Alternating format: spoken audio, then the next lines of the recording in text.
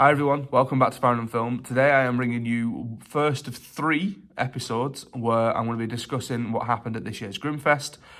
So there's a previous video on the channel that went through the lineup and I showed some of the films that I was going to get out and watch. The original plan was I was going to go and see Delivery Run on Friday, but unfortunately that didn't happen. As you can probably tell, I'm a bit croaky, so I kind of opted out of seeing Delivery Run, but then I went to see Self Driver on Saturday.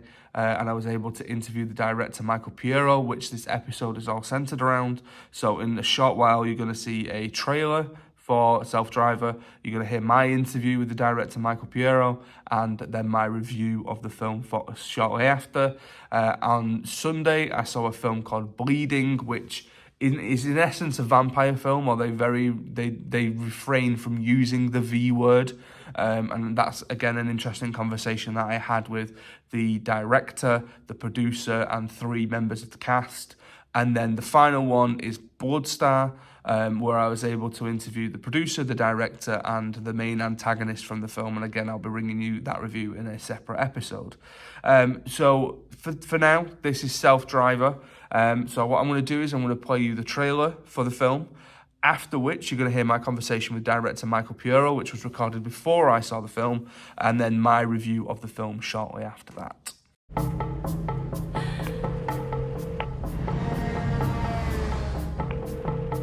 Hi there, thanks for calling Rumor. Hi, yeah, I'm just wondering If when you're my a next... customer, press 1. If you're a driver, press 2. Speak to a representative. I work for a startup that's looking for people, and I think you might be the right fit. If you're calling about something else, Speak to a representative. website? What kind of startup? It's an app, like that one. How much better is the pay? A lot. Speak to a representative! Speak to a representative! Speak to a representative! There's a few policies we should go over. New job. Proceed to the roadway. Listen to what the app tells you to do. Always. Turn right. Turn left. Stop here. Deduction. What? Deduction. If you turn down a job, you lose all your money. Just, most importantly, you have fun. You are what you do. You drive around a car all day. You're a car. You are a car. You were replaceable. There's 100 million in you. You have no value. The minute you drop dead, another dude just like you is going to step into your goddamn shoes. Sounds like you want to speak to a representative. Just hang tight. One of our team members will get to you real soon.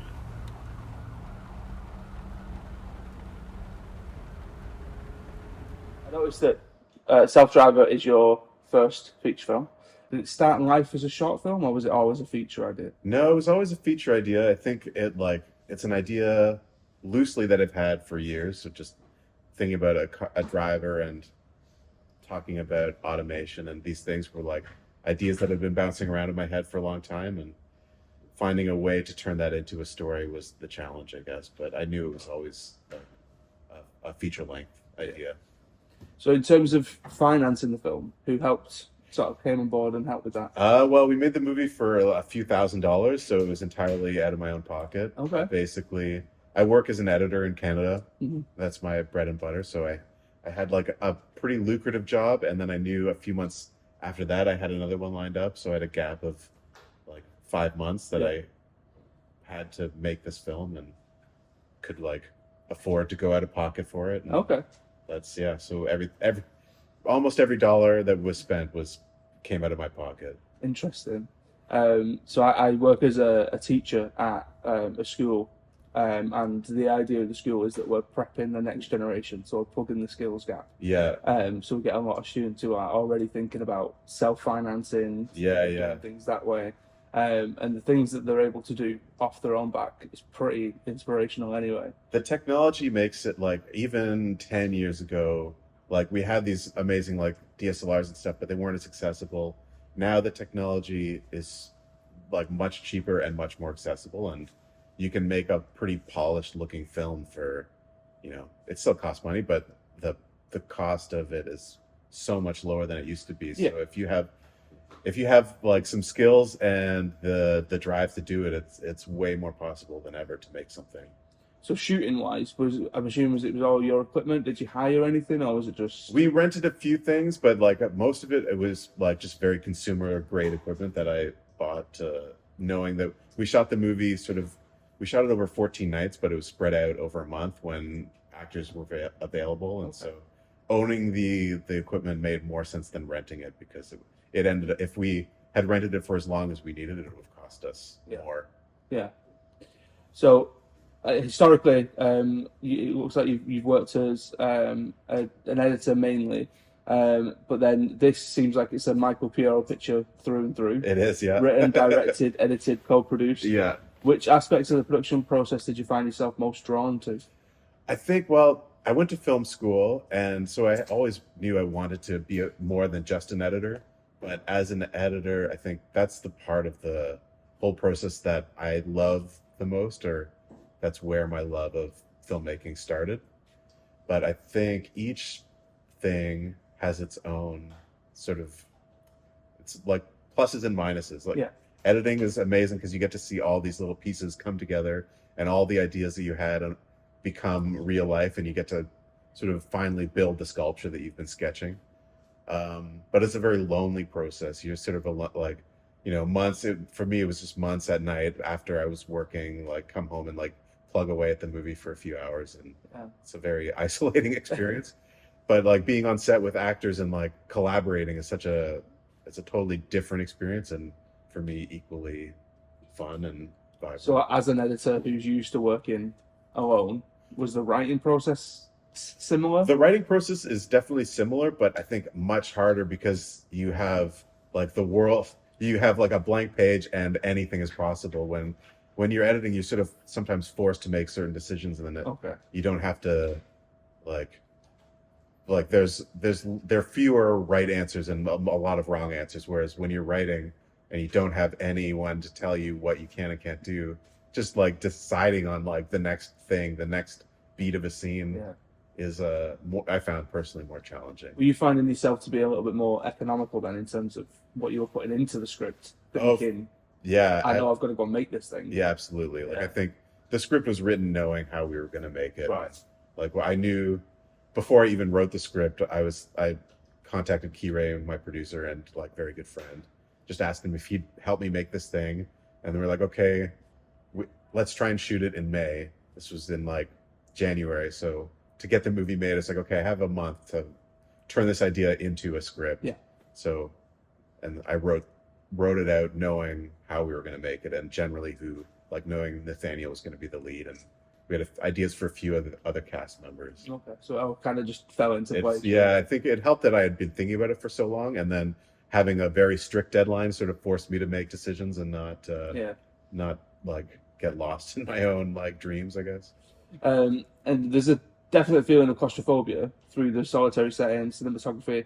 Are there any other films that you watched or maybe looked at during the writing process that inspired you along the way? Well, this, like, I guess a lot of obvious sort of touchstones. I think Taxi Driver for the tone, and obviously it's about like an isolated driver, but something about a city at night and the way they shot New York, and the colors and the street lights were big, just sort of visual influence on top of just being, I think, thematically similar.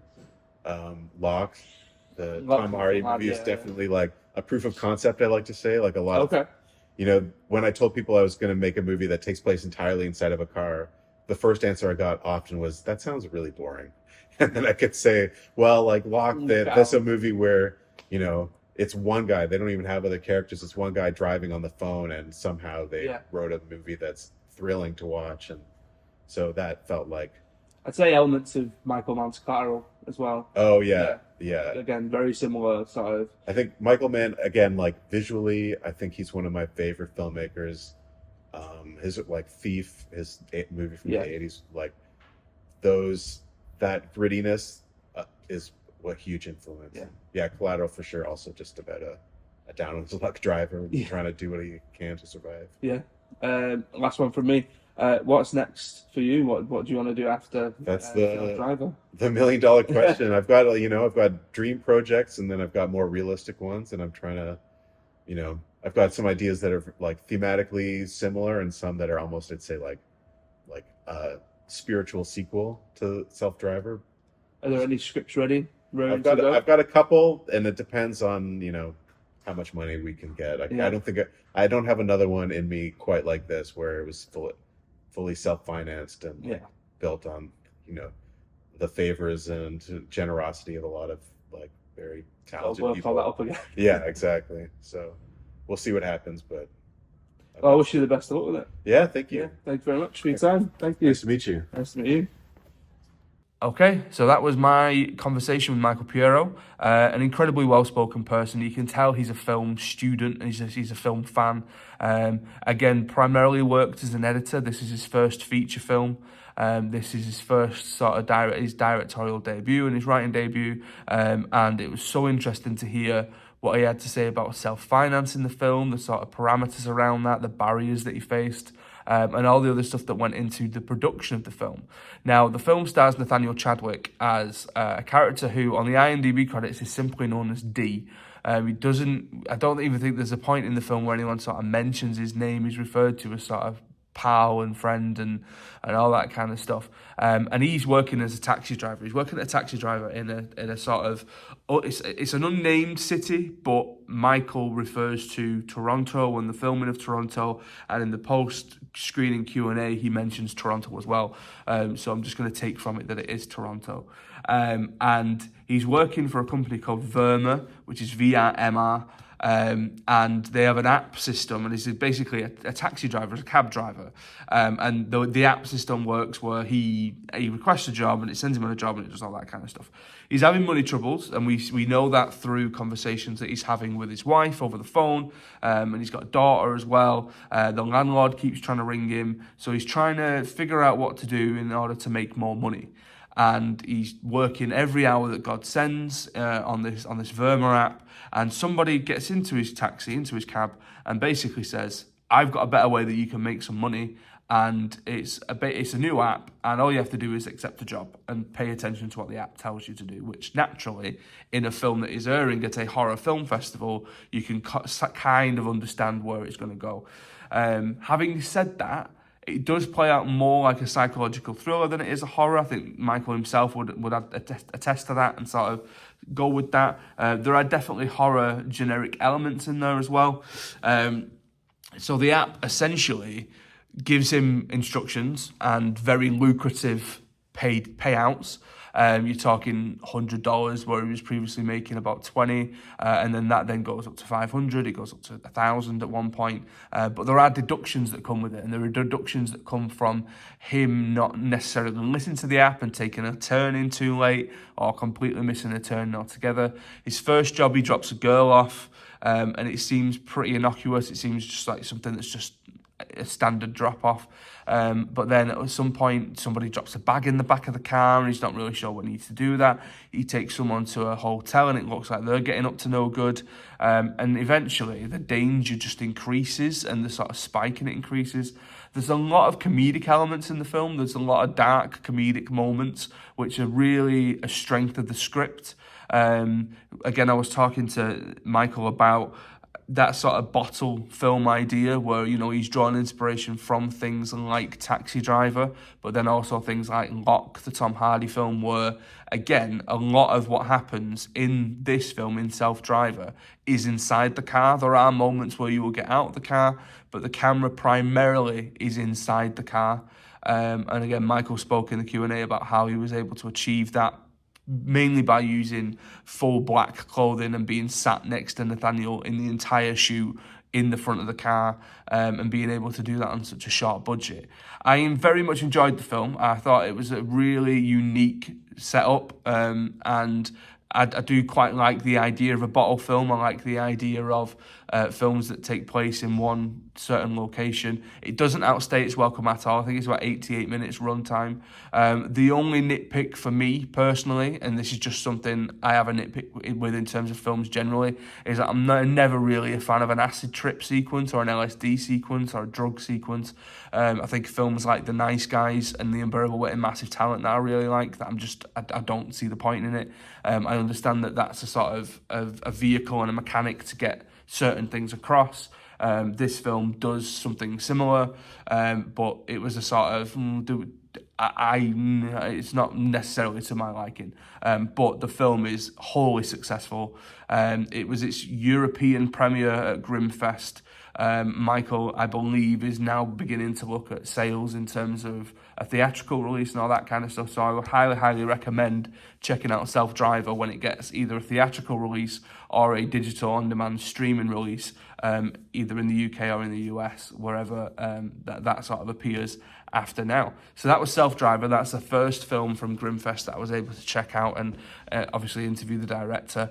Thank you very much for watching. Thank you very much for listening. The next one is going to be Bleeding, which is a film that I enjoyed immensely, and I enjoyed the chat that I had with the cast and crew as well on that one. And then the final one, similarly, is for Board Star.